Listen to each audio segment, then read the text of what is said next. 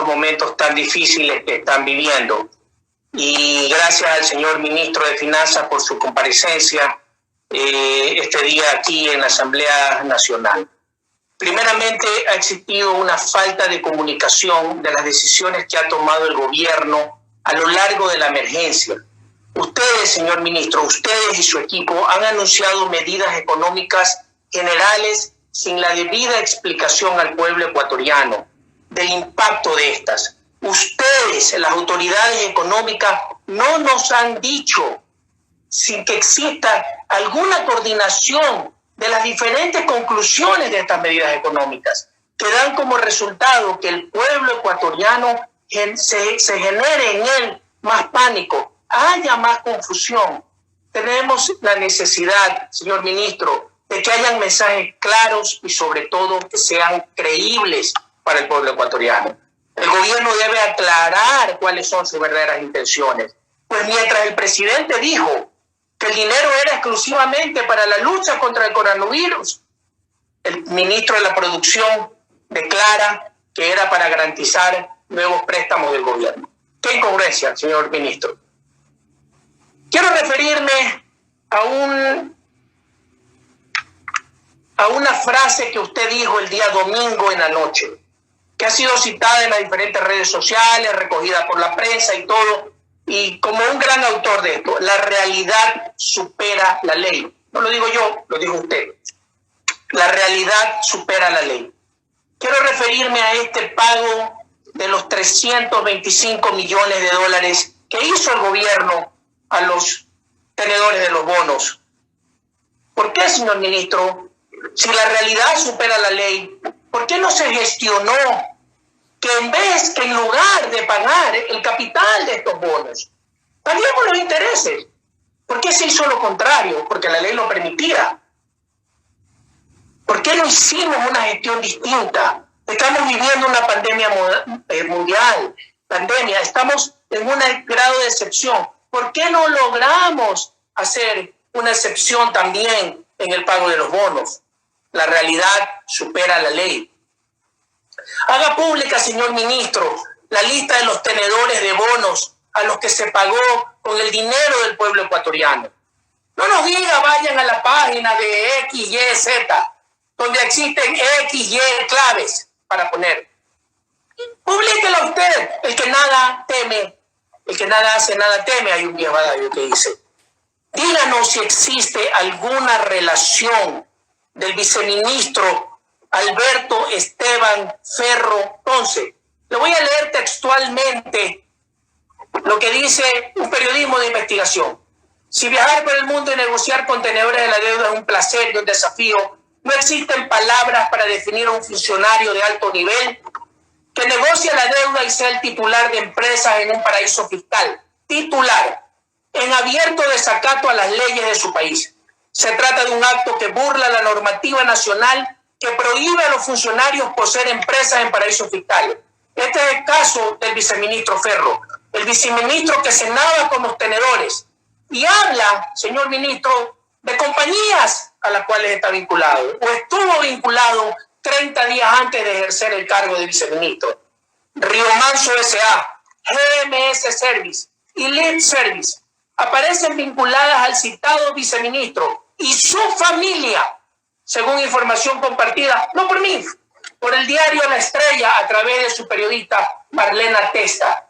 ¿Por qué no investigamos, señor ministro? ¿Por qué, de ser el caso, usted no investiga? Y si es verdad, pídale la renuncia.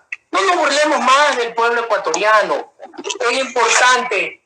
¿Cómo? Yo quisiera, en otro tema, que nos diga, por el tiempo quiero ser específico del tema, ¿cómo y cuándo el gobierno nacional va a pagar las asignaciones presupuestarias que le corresponden a los GATS? Estas asignaciones, señor ministro, superan los $1.000 millones de dólares.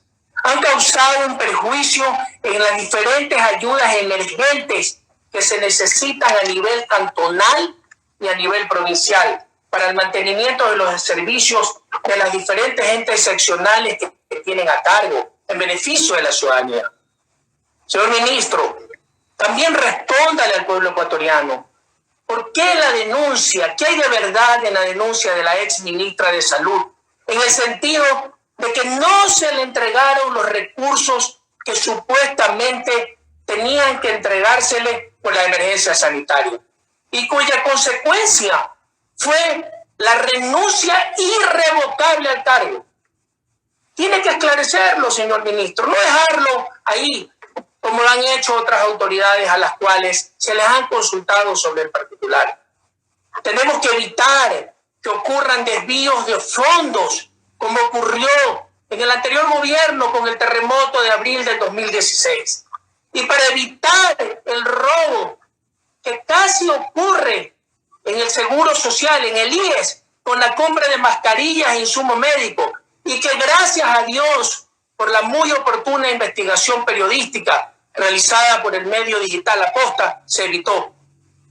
Señor ministro, la contracción de las actividades económicas, producto de la administración en la compra y venta de bienes y oferta y demanda de servicios, de la caída inminente de las exportaciones y de las importaciones, en la producción petrolera, en la baja de la producción petrolera, en la casi nula producción que tenemos ahora, en la baja recaudación tributaria, en la disminución en las remesas, hacen que se proyecte un decrecimiento en nuestra economía. Este decrecimiento se calcula, no lo digo yo, lo dicen diferentes analistas económicos, el economista Pozo, el economista Dávalos, el economista Spurrier, colegas suyos, lo calculan entre el 8 al 12%. Usted nos ha dicho entre el 4 y el 6% que proyecta usted y su equipo económico. Díganos la verdad. Esto va a generar, señor ministro, que muchas empresas deban disminuir sus actividades económicas, tengan que entrar en proceso de despidos. Yo, señor ministro, quiero poner en consideración suya y del equipo económico algunas alternativas. No hemos escuchado que haya una baja en el gasto fiscal. No debemos de olvidar que existen claves en soluciones que nacen de reordenar el diferente presupuesto general del Estado. ¿Por qué no enfrenta la crisis de la emergencia sanitaria en el país? Suspenda la obra pública que no sea emergente. El Estado, el Ejecutivo, es dueño del 97.5% del presupuesto, señor ministro. Baje el gasto fiscal, elimine las embajadas, los consulados, los agregados comerciales en países donde no son necesarios en los actuales momentos y de donde el dinero se va a chorros. Se lo vengo diciendo desde el año pasado cuando discutimos la ley tributaria.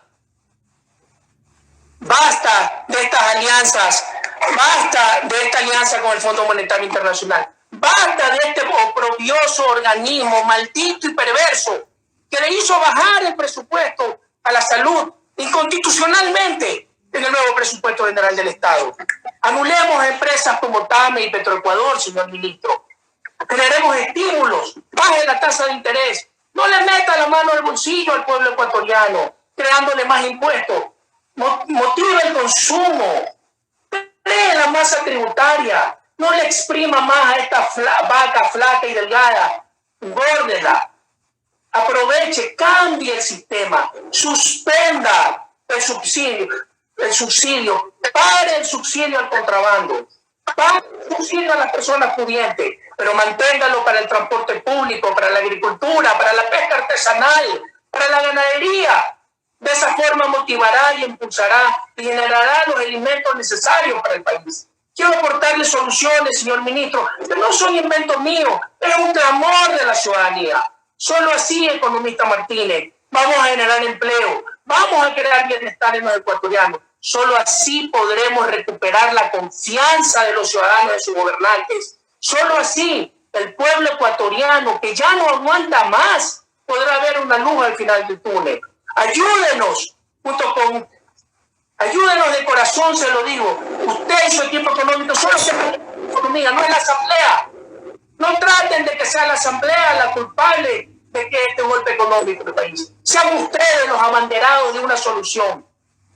Tomen las medidas económicas acorde a la realidad social y no a conveniencia de organismos internacionales. El país espera acciones inmediatas y no falsas promesas. Gracias, señor presidente. Ahí en la asamblea.